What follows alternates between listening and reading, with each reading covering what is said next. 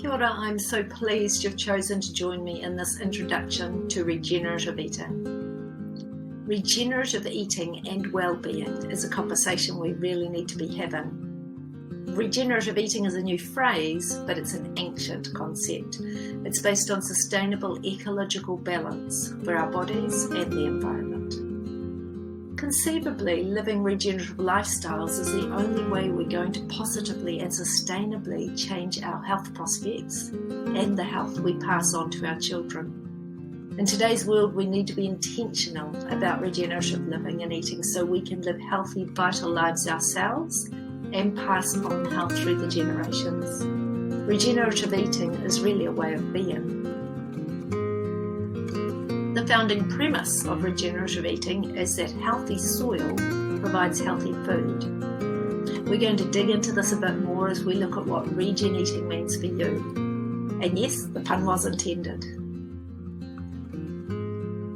The key principles of regenerative eating are eating a diet of nutrient-dense, fresh whole foods, avoiding highly refined, depleted and processed foods with chemical additives and damaged fats, considering the health of the earth in your food choices, things like was it regeneratively farmed, distance from farm to plate, extent of processing, use of packaging, focusing on nourishing all your cells and microbiota, conscious eating, connection with others and your food source.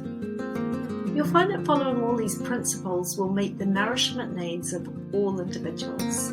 Regen eating isn't a prescriptive diet, it's a living diet. Now, finding your best eating patterns can be a challenge. Individual difference means that many things influence what balance of foods that you will thrive on. These things include your genetics, epigenetics, environment, mental and emotional health, culture and lifestyle, childhood, current life stage, activity levels, health history, current health, food source and other things. To get a deeper understanding, I'd like to invite you to imagine yourself as a garden. I like this analogy because we're all connected to the land. We all come from the land. Some people and cultures understand this so much better than others. So in your imagined garden, think of the landscape as your genes. Your genes are the structure of your land. The land was probably adapted and changed at some stage. That's epigenetics. Epigenetic tags can adjust the expression of genes. Now your lifestyle is how you manage your land, how you protect and nourish yourself. All the growth in life that comes from that management is your well-being. So as you plant and protect, feed and water your garden, you will nurture a diverse and well-balanced, healthy ecosystem, which is you. I hope that was helpful, but if that was a bit too abstract, I have some specifics, some do's and don'ts for you. You don't need to be a gardener to eat regeneratively, although it is fun. You do, however, need to nourish yourself. To do this, you need to learn what your body needs for vitality, resilience, and wellness. With your individual differences, you may need more or less of certain foods to flourish. But we all need to focus on nourishing ourselves from the inside. Your cells are the working units of your body, and each cell has a specific function. Each cell needs a specific variety of nutrients to function. For your body to flow as a whole, your cells need to be nourished. Now we get to some real digging. Your gut is like the soil in your imagined garden, where nutrients are broken down and made available for cellular function. Your microbes function much like the microbiome of the soil. They work to help keep your garden healthy. They protect you from pathogens by crowding them out. They modulate immunity, produce nutrients and neurotransmitters. They communicate and interact from different areas of your body and generally work to keep you well. So just as the soil that our food is grown in needs a healthy, balanced micropopulation, so too do you. There's a lot to supporting a balanced microbiota. The least you can do is support this wonderful relationship. So To support this relationship, feed your microbiome. Focus on healthy fibres. Different microbes flourish on different fibres. So to feed your microbiome, eat a diverse array of fibres. Many people have tried lots of diets. Vegan, vegetarian, paleo, keto, diets for weight loss, diets for healthy function. There's a lot of confusion out there. You may be someone who's tried them all, or you may be fortunate to have hit on a great balanced diet for yourself without much trouble. Some key points are: not everyone will flourish on the same dietary approach. Most people starting any whole food diet will feel better, at least for a while, but restrictive diets, even if they are whole food, can deplete the body. Regenerative eating focuses on nourishing all your cells.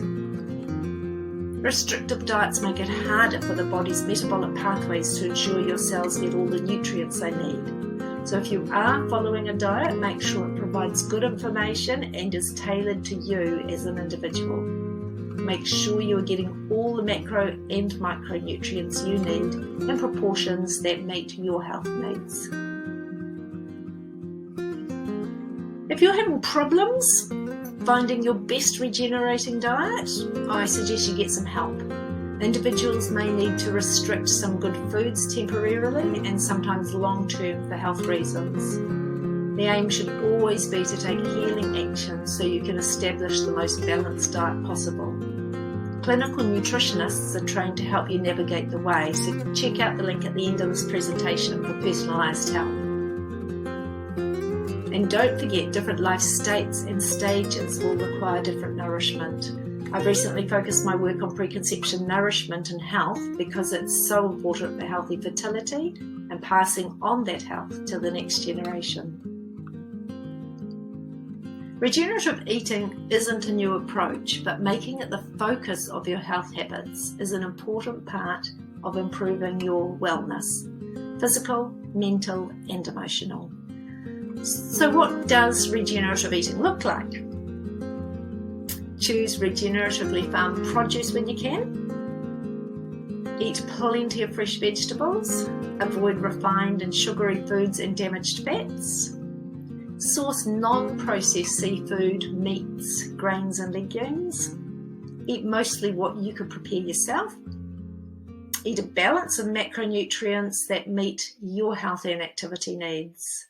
And eat a rainbow a day. Variety is definitely the spice of life. And try fishing, foraging and growing your own food. If you don't have much space, you'll find it's amazing what you can grow in a few pots by your doorstep or on a veranda. Now for the specifics of what you should include in your diet, I'd like to give a quick overview of the main nutrient groups. If this is old news for you, please see it as a reminder of why finding your balanced regenerative diet is so important. Carbohydrates. Carbohydrates are provided in vegetables, grains, nuts, seeds, legumes and fruit in differing amounts and forms.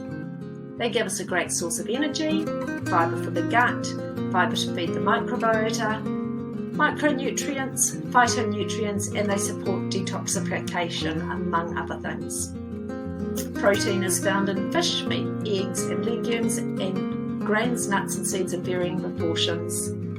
Current research suggests our mutual relationship with our microbiome is important in our protein metabolism. Proteins are important for your liver function and digestion, blood sugar and hormone balance. They are the building blocks of your neurotransmitters, antibodies, enzymes and much of your body.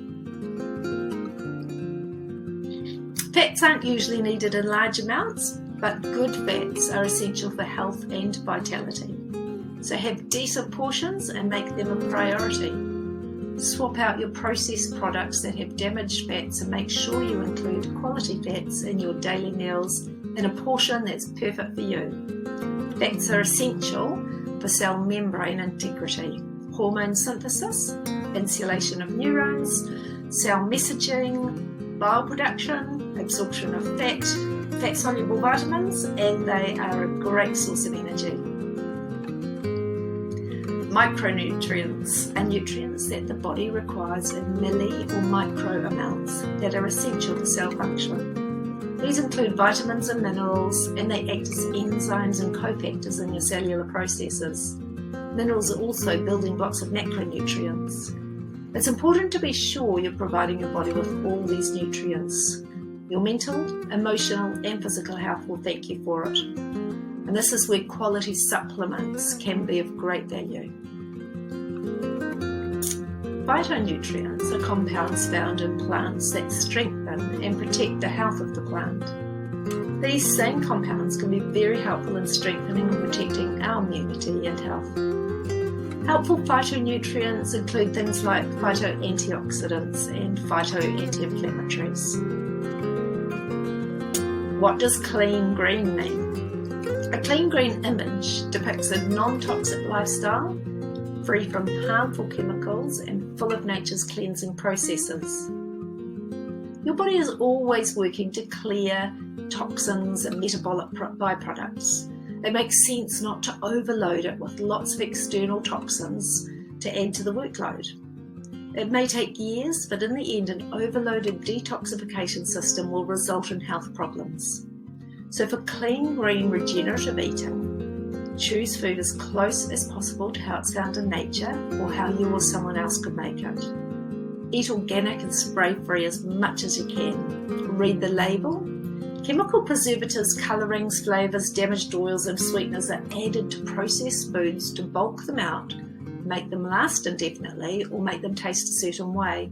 This results in consumables that can no longer be called food and are very addictive. I call them products. If you can't understand the label, it's likely a product. As we've been discussing, what we eat is very important, but how we eat also contributes to whether our food will be regenerative and be able to nourish our cells and microbiome. Focusing on how you eat is well worth the effort. That is developing habits around conscious eating peacefully to support digestion and absorption of nutrients, because your body digests best when you're resting. Preserving significant gaps between meals and making sure you hydrate well during that time are also great habits to grow as part of your conscious eating practice. And if you're thinking of having babies soon, I suggest you work on developing these habits now. You'll find it so much easier. As we come to the close of this regenerative eating presentation, I'd like to emphasise the importance of being connected and knowing where your food is sourced. As you practice regenerative eating, remember it is a way of being. Eat local foods, forage, grow your own, make your own, and share with others. In summary, regenerative eating is a way of being where we nourish and protect ourselves and our loved ones, our cells and our microbiome with an array of real foods, providing all we need for optimal function, rejuvenation, restoration, and regeneration. You can find out more and get help with your own regenerative health pathway by booking an appointment and following me on social media. And if you're planning a baby anytime in the future, it's never too early to start preparing. Check out my preconception preparation programs. Thanks for tuning in. I really do hope that regenerative wellbeing can become a sustainable life approach for you.